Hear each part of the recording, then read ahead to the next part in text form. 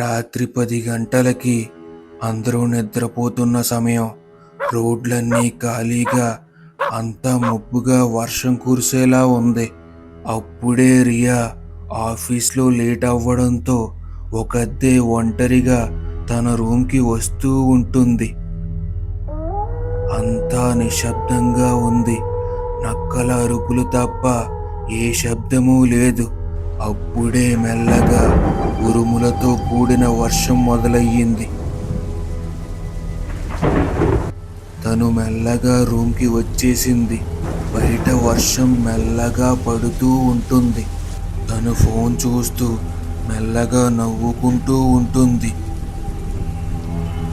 కాసేపటికి తనకి నిద్ర వచ్చేస్తూ ఉండడంతో పడుకోవాలి అనుకుంటుంది.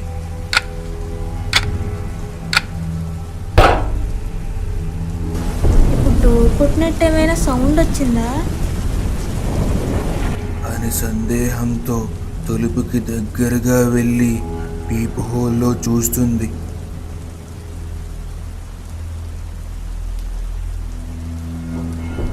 బయటంతా ఖాళీగా నిశ్శబ్దంగా ఉంది. ఎవరూ లేరు కదా, నా భ్రమ అయి ఉంటుంది. రియా పడుకుని ఉండగా 5 నిమిషాలు తర్వాత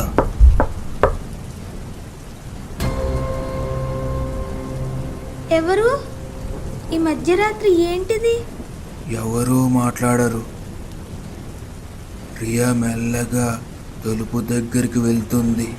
ఇందాక ఇలానే అనిపించింది. ఒకసారి వెళ్ళి డోర్ తీసి చూస్తే తెలుస్తుంది. తలుపు తీసి అంతా చూస్తుంది. ఎవ్వరూ ఉండరు. కానీ ఫ్లోర్ మీద ఒక చిట్టి ఉంటుంది. Don't open the door after the third నాక్. ఎవరిదంతా చేసేది? నాకు భయంగా ఉంది. రియాకి అది చూసి చాలా భయమేస్తుంది. వెంటనే రూమ్లోకి వెళ్ళి ఫోన్ తీసుకుని కాల్ చేయాలి అనుకుంటుంది. కానీ సిగ్నల్ ఉండదు.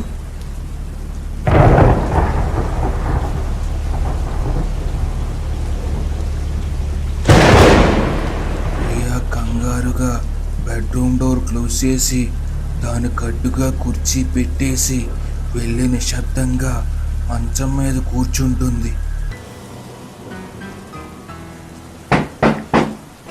రియాకి భయం ఎక్కువైపోతుంది. ఏం చెయ్యాలి అని అస్సలు అర్థమవదు. చేతులు రెండూ వణుకుతూ ఉంటాయి.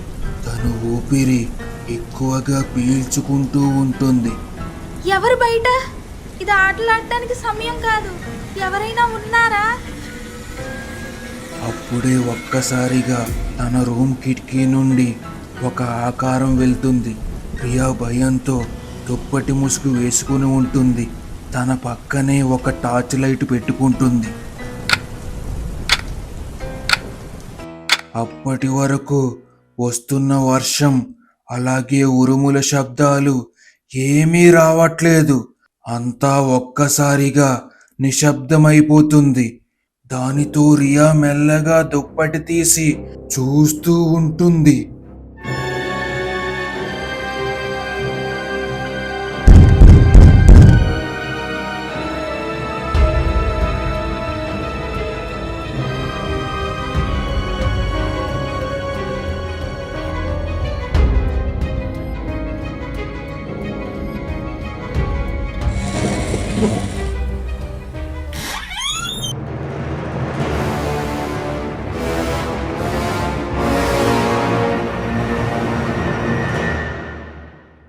ఇక్కడి నుండి వెళ్ళిపో.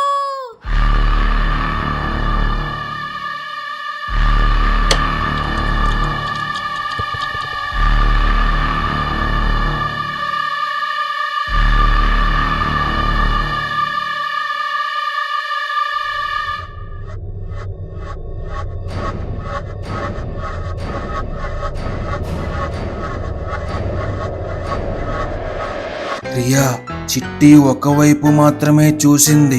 కానీ రెండో వైపు, if you don't open it, I will open it my self.